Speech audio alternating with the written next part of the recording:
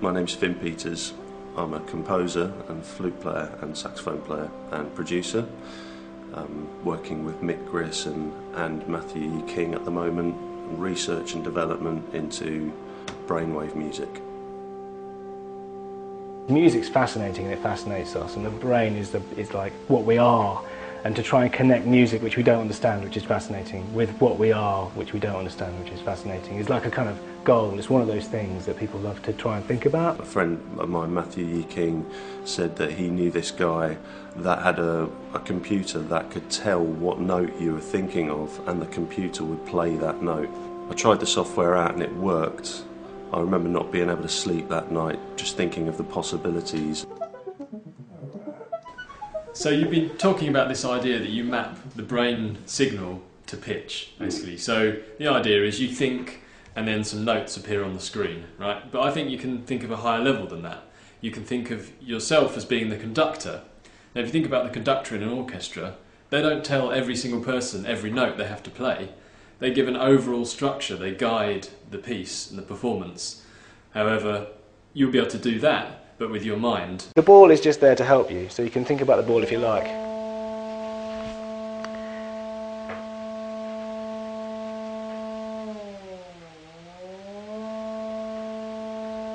Actually, that's pretty stable. I'm quite amazed by how stable that is. It's not just about taking traditional ideas about music and making them work. Because using the brain is something that, you know, loads of composers have messed with. But the more that computers allow us to do more exciting things, the more we should change the way we think about music. And maybe if we change the way we think about music at the same time as the way we play music, we'll come up with even better stuff. Like, we don't have to think of one line of music. We could think of a chord structure and allow little robots to make the music inside our chord structure. So we're like a conductor. And that's a different way of doing things. So we started with this. That's right. And this, the swim hat, and the electrodes. And then we took some recordings and we did some tests. And we got some good results, and we controlled things with brains.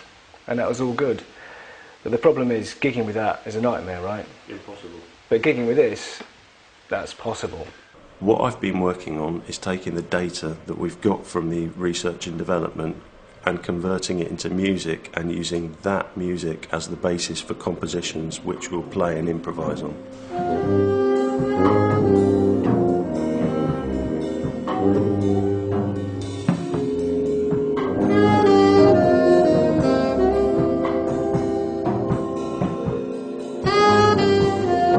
Here's a sleep brainwave slowed down roughly 1,000 times, and it sounds like this.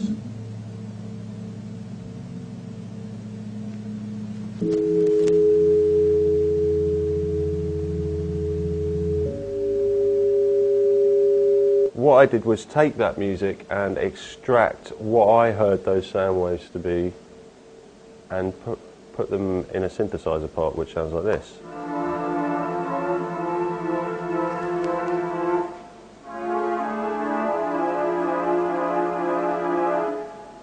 After the synth part was written, I wrote another part which is a lead melody line. So the synth part and the melody line sound like this.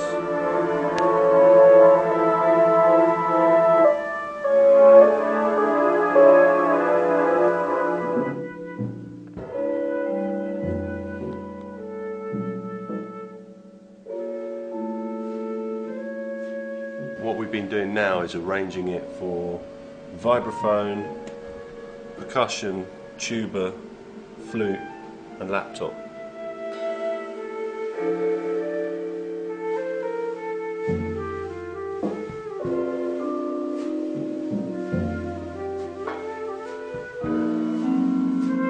To begin with, I thought it would be amazing if I could put on a headpiece and think of a symphony, and the computer would literally print out all the parts.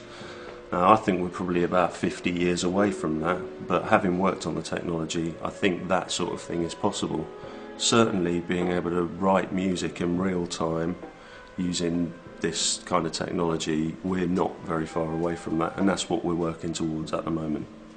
If I had to say what I thought was going to happen in the next 10 or 15 years, I would say that it's going to simultaneously get very, very scary and very, very interesting and beautiful, because that's always the way things go. As the technology becomes cheaper, there will be better ways of finding out what's going on inside people's minds, and we'll be able to, I mean, I'm not talking about mind reading, but there's definitely going to be technology coming on stream very soon for ordinary people to use, which will allow us to understand and make sense of more readily what's going on inside of, you know, what we're thinking about, how we operate. And I think that can only be a good thing.